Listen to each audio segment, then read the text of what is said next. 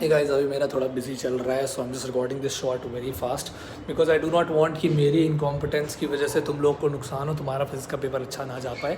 Answer writing very simple, I break it down every single thing for you. जो भी चीज़ें तुमको लगता है कि एक 8th ग्रेडर को तुम्हारे आंसर में चाहिए होंगी to understand the answer, right every single thing, every single theory that you are using, every single small anecdote that you can imagine, उन सबको लिखो। लाइट गायब होने वाली है क्योंकि मेरे को ट्रैवल करना है, मेरे को लिफ्ट से नहीं जाना, but I will keep explaining यहीं पे। Every single small anecdote you think कि हाँ ये इंपॉर्टेंट होगा, ये मेंशन करना चाहिए, वो सब कुछ मेंशन करो, ठीक है।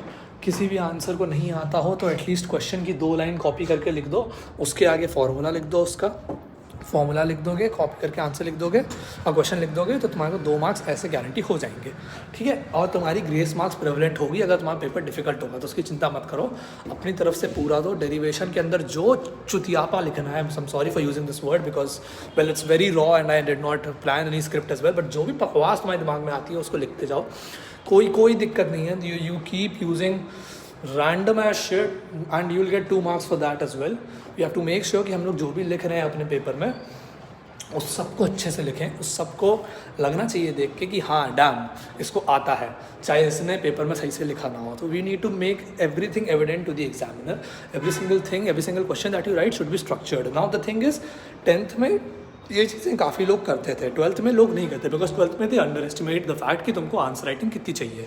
सो this will be your greatest edge, even if your answer is wrong you might get more marks, क्योंकि ग्रेस मार्क्स तो मिलना ही है। तुमको आंसर राइटिंग में हर एक चीज़ डॉट टू डॉट और एक्सप्लेन करनी है, जितना एक्सप्लेन कर सकते हो उतना एक्सप्लेन करनी है, ओके। उसके अलावा MCQ में सिर्फ लिखो ABC और उसके आगे ऑप्शन का नाम लिख दो। जैसे अगर ऑप्शन है A एपेटाइजर इज़ गुड तो एप डॉट गुड, ऐसे करके लिख देना, सबसे आराम से हो जाएगा। हर एक फाइनल आंसर को बॉक्स करो, हर एक फॉर्मूला को अंडरलाइन करो, ठीक है। ट्राई एंड मेक श्योर कि तुम्हारा टाइम मैनेजमेंट अच्छे से हो रहा हो। तुम ऑलरेडी रीडिंग टाइम में डिसाइड कर चुके हो कि तुम्हें कौन से क्वेश्चंस अटेम्प्ट करने हैं एज ऑप्शंस, ओके।